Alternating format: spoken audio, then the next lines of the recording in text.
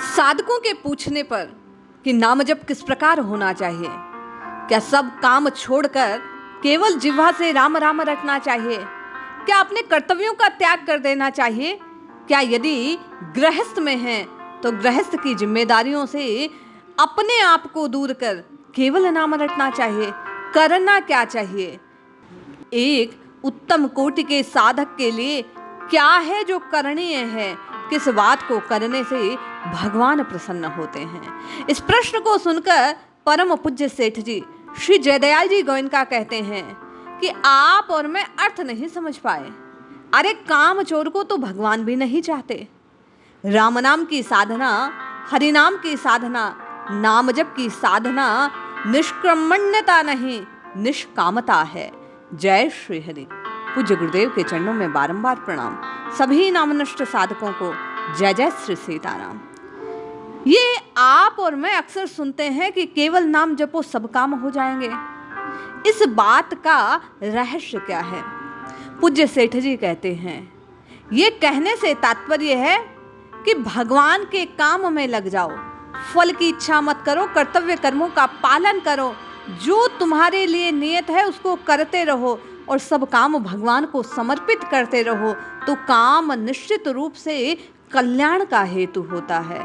अरे होशियार, जानकार, परिश्रमी, ईमानदार आदमी को तो सब जगह आवश्यकता है। शक्ति जितनी हो उतना काम करने के लिए हर समय तैयार रहो। मजदूर में बुद्धि कम है पर खटने के लिए तैयार, उसे मजदूरी मिलेगी। परिश्रमी आदमी भूखा नहीं रह सकता। जो आलसी है वह भले कष्ट पाए पर जो मजदूरी करने को तैयार है भूखा रह नहीं सकता। केवल कामचोर व्यक्ति ही भूखे रह सकते हैं। परिश्रम कैसा? खूब काम ले। मैं 5 मिनट भी व्यर्थ नहीं बिताता। पूज्य सेठ जी कहते हैं, हमारी मृत्यु नींद कम लेने के कारण भले ही हो, 6 घंटे सोने के रखकर 18 घंटे काम लें। स्वार्थ या परमार्थ कुछ तो काम करते रहना चाहिए। भजन करें, खूब सेवा करें, वह भी नहीं हो तो रुपए कमाने का काम तो करना ही चाहिए। पूज्य सेठ जी कहते हैं, मेरे पास सब तरह के नमूने हैं। ध्यान के विषय में गणपत राय जी का नमूना है। परिश्रम किस तरह करें, वासुदेव जी को देख लो। परिश्रमी आदमी सब जगह मांग है। श्री भाई जी के पास गोस्वामी जी बड़े परिश्रमी हैं। दूली चंद जी गोस्वामी जी को 250 रुपए महीना देते हैं, वह भी मुझे कम मालूम होता है। घी की दुकान में रामजी दास जी को देखो, बूढ़े आदमी होकर इतना परिश्रम। मैं तो उनका उदाहरण भी देता हूँ। परिश्रम करने वाले के सब ग्राहक हैं। अरे काम चोर तो भगवान भी नहीं चाहते। भगवान का नाम काम चोर बंधु नहीं है। भगवान अकर्मण्य आदमी के साथी नहीं है, दीन बंधु है, दीन दयाल उनके नाम है, अकर्मण्य दयालु नहीं है। हम अपनी आत्मा का कल्याण नहीं कर सके, इसमें एक ही कमी है, साधन में तत्परता नहीं। ये दोष क्यों? श्रद्धा की कमी। ये कमी क्यों? मूर्खता। भगवान ने यही बात तो सिद्ध की। हे परंतप, इस उपयुक्त धर्म में श्रद्धा रहित पुरुष मुझको न प्राप्त होकर मृत्यु रूप संसार चक्र में भ्रमण करता है। इस धर्म में जिसकी श्रद्धा नहीं वह मुझे न पाकर मृत्यु रूप सागर में भ्रमण करता है। अब ये धर्म क्या है? पूज्य सेठ जी कहते हैं, किसी भी पुस्तक में आपको एक श्लोक में इतनी प्रशंसा नहीं मिलेगी। क्या कहा? जो मुझको कहेगा वह राज विद्या परम गोपनीय, परम पवित्र, बहुत उत्तम, एक एक चरण में 2-2 बात प्रत्यक्ष फल देने वाली, धर्ममय, अविनाशी, करने में बड़ी सुगम है। फिर जब जीव इसमें क्यों नहीं लग जाता? क्योंकि श्रद्धा नहीं। वे संसार में जन्मते हैं, मरते हैं, जिसकी कार्य में तत्परता है उतनी ही सफलता है। अवसर आपके हाथ में है। भगवान के वचन है कि जो कोई भक्त मेरे को प्रेम से पत्र, पुष्प, फल आदि अर्पण करता है वह शुद्ध बुद्धि निष्काम प्रेमी भक्त का प्रेम पूर्वक अर्पण किया वह पुत्र पुष्पादि में सगुण रूप से प्रकट होकर प्रीति सहित खाता हूँ। भगवान अपने अतिथि बनकर भोजन करने को तैयार। मूर्ख हो, पापी हो, सबके लिए उपाय करो ना। भगवान का सिद्धांत है करा कर देना। मुफ्त में नहीं देते, आलसी को नहीं देते, पापी या मूर्ख को देते नहीं है। कामचोर को धक्का मार देते हैं। कामचोर महात्मा के पास जाओ तो वह भी धक्का देगा, दुकानदार के पास जाओ तो वह भी धक्का देगा। जो परिश्रमी व्यक्ति है उनकी आवश्यकता सबको है, चाहे वह वेतन पर रखा जाए। कोई भगवान की प्राप्ति के लिए वह करे जो हाथ की चीज नहीं। परंतु उसी सेवा से भगवान की प्राप्ति हो जाएगी। वह चाहेगा तभी साधन उसकी तत्परता बढ़ेगी। पूज्य सेठ जी कहते हैं, संसार में हमें परमात्मा की प्राप्ति नहीं हो रही, उसमें एक ही कारण है, हम अपनी शक्ति के अनुसार साधन नहीं करते। सेवा और भजन में बुद्धि का क्या काम?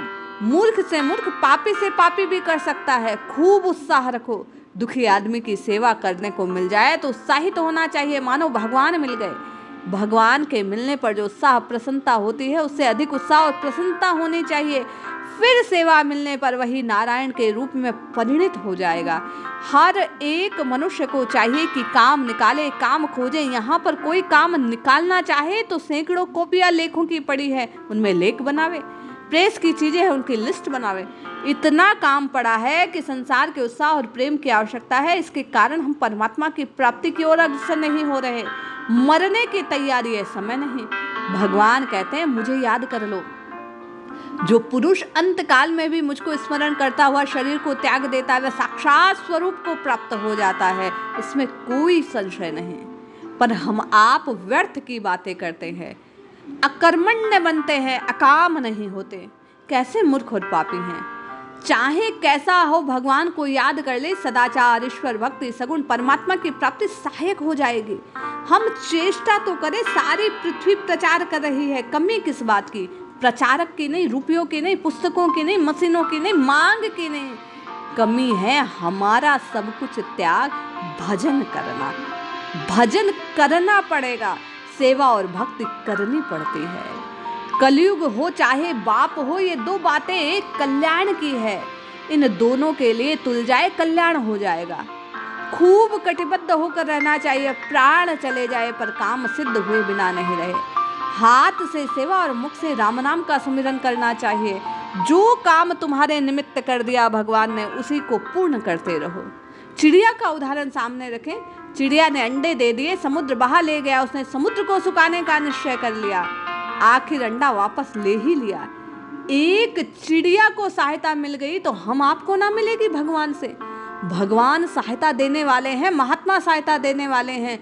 कारण की सहायता ना मिलती दिखलाई देती है, आलस्य से विलंब हो रहा है। उठो, जागो और भगवान को पुकारो, हाथों से काम करो।